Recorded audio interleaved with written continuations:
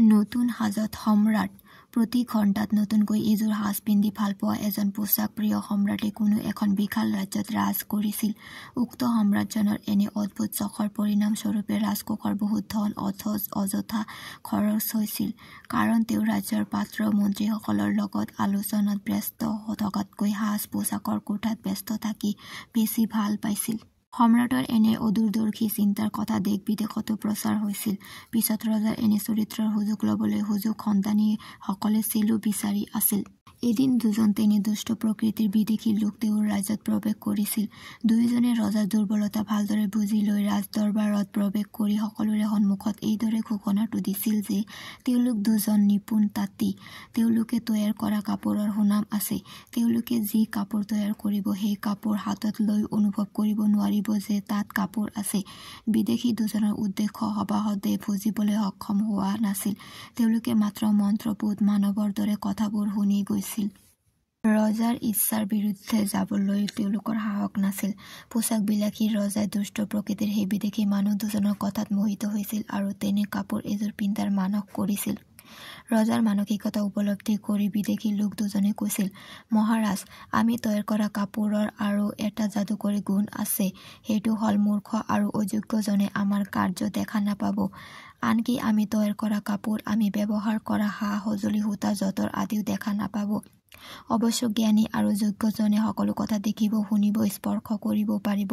পোছাক প্ৰিয় সম্ৰাটজনে মনতে ভাবিছিল, এই কৌশলটোৱে মোক আৰু এটা কথা জনাত সহায় কৰিব। কাপোৰযোৰ পিন্ধি লোৱাৰ পিছত যিজন সভাসদে সেই কাপোৰযোৰ নেদেখে তেওঁকে মূৰ্খ আৰু অযোগ্য বুলি জানিব পাৰি। অৰ্থাৎ ৰাজসভাত যোগ্য, অযোগ্য, মূৰ্খ, জ্ঞানী আদি চিনাক্ত কৰা সহজ হ'ব। ইয়াৰ পিছত সম্ৰাটে মানুহ দুজনক প্ৰয়োজন মতে ধন, সোণ, বয় বস্তু আৰু প্ৰয়োজনীয় কোঠা আদিৰ যোগান ধৰিলে। দুষ্ট প্ৰকৃতিৰ সেই বিদেশী মানুহ দুজনে সম্ৰাটৰ দুৰ্বলতাৰ সুযোগ বুজি প্ৰতিটো বস্তুৰ দুগুণ আদায় কৰিলে। যদিও কাপোৰ তৈয়াৰ কৰাৰ নামত কেৱল অভিনয় কৰি গ'ল। একোগৰাকী পাৰ্গত তাঁতীৰ দৰে আছিল সিহঁতৰ অভিনয়। মাজে মাজে বয় বস্তুৰ নাটনি হোৱা বুলি কৈ পুনৰ ধন সোণ নিয়ে যদিও সেইবোৰ সিহঁতে নিজৰ পকেটতহে ভৰায়। এইদৰে এমাহ দুমাহমান পাৰ হৈ যোৱাৰ পিছত এদিন সম্ৰাটে এজন ৰাজকৰ্মচাৰীক মানুহ দুজনৰ ওচৰলৈ পঠিয়ালে। ৰজাৰ উদ্দেশ্য হ'ল কামটো কিমান দূৰ আগবাঢ়িছে তেওঁ তদাৰক কৰিব। ৰাজকৰ্মচাৰীজনে সম্ৰাটৰ আজ্ঞা পালন কৰিবলৈ আহি নিৰাশ হ'ল। কাৰণ তাঁতী দুজনে কাপোৰ তৈয়াৰ কৰাৰ নামত কেৱল অভিনয় কৰি আছে আৰু তাত কাপোৰৰ নামত একো এটাকে কৰা নাই। ৰাজকৰ্মচাৰীয়ে নিজকে ভুল দেখা যেন পালে। অৱশেষত তেওঁ চিন্তা কৰিলে যে সঁচা কথা ক'লে নিজৰে বিপদ। সিহঁতৰ লগত সম্ৰাটেও তেওঁক মূৰ্খ আৰু অযোগ্য বুলি ভাবিব। আহিবৰ সময়ত মানুহ দুজনে কাপোৰৰ ৰং আৰু গুণাগুণ সম্পৰ্কে সোধাত ৰাজকৰ্মচাৰীজনেও অভিনয় কৰি ক'লে, সঁচাই বৰ আকৰ্ষণীয় হৈছে। ৰাজকৰ্মচাৰীজন ৰাজসভালৈ আহি একেখিনি কথা সম্ৰাটকো ক'লে। ৰাজকৰ্মচাৰীজনৰ কথাত সম্ৰাট বৰ প্ৰফুল্লিত হ'ল। তেওঁ পুনৰ মানুহ দুজনক প্ৰয়োজনীয় ধন সোণ যোগান ধৰিলে। মানুহ দুজনে সেইবোৰ নিজৰ মোনাত ভৰালে। 10 দিনমান যোৱাৰ পিছত সম্ৰাটে আকৌ এজন ৰাজবিষয়াক পঠিয়াই খবৰ ল'লে। সেইবাৰো বিষয়াজনে একেখিনি অভিনয় প্ৰত্যক্ষ কৰি নিজৰ পদবী ৰক্ষাৰ বাবে মিছা মাতিলে। ৰাজবিষয়াজনৰ কথাও সম্ৰাটে পৰম সন্তোষ লাভ কৰিলে।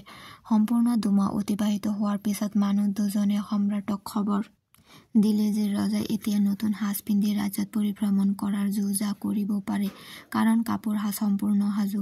মানুহ দুজনৰ নিৰ্দেশ পোৱাৰ লগে লগে সম্ৰাটে সকলো সাজু কৰি নতুন পোছাকৰ অপেক্ষাত থাকিল। পিছত সম্ৰাটৰ আদেশ ৰক্ষা কৰি যথা সময়ত মানুহ দুজন ৰাজসভাত উপস্থিত হ'ল আৰু নতুন পোছাক এযোৰ সযতনে ৰজাক আগবঢ়োৱাৰ অভিনয় কৰিলে। ৰজা, ৰাজবিষয়াক, ৰাজকৰ্মচাৰী সকলো কেৱল মৌনভাৱে প্ৰত্যক্ষ কৰি গ'ল। মাত মাতিলে পদবী যোৱাৰ ভয়। কাৰণ সঁচা কথা ক'লেই অজ্ঞ আৰু অযোগ্য বুলি বিবেচিত হ'ব।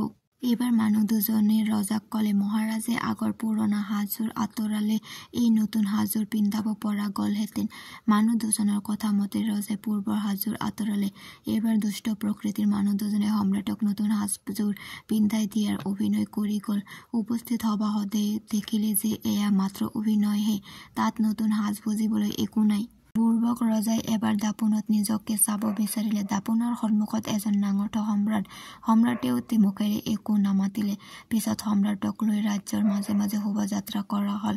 নতুন পোছাকৰ সাজেৰে ৰজাই সকলোৰে আগত এটা নিৰ্বোধী হৈ তাৰ দেউতাকক ক'লে, দেউতা চোৱা, নাঙঠৰ ৰজাই শোভাযাত্ৰাত ভাগ লৈছে। শিশুৰ কথাখিনি উপস্থিত আৰু 10জনে কাঢ়ি লৈ সিহঁতে ৰজাক নাঙঠ বুলি হাঁহিলে। সকলো জানি শুনিও নীৰৱে কথাবোৰ আৰু কামবোৰ হৈ গ'ল। নিৰ্বোধ ৰজাই সম্পূৰ্ণ উলংগ অৱস্থাৰে ৰাজহাউলিত সোমাল। ইফালে দুষ্ট প্ৰকৃতিৰ বিদেশী লোক দুজনে নিজৰ উদ্দেশ্য সাধন কৰি নিজৰ দেশলৈ উভতি গ'ল।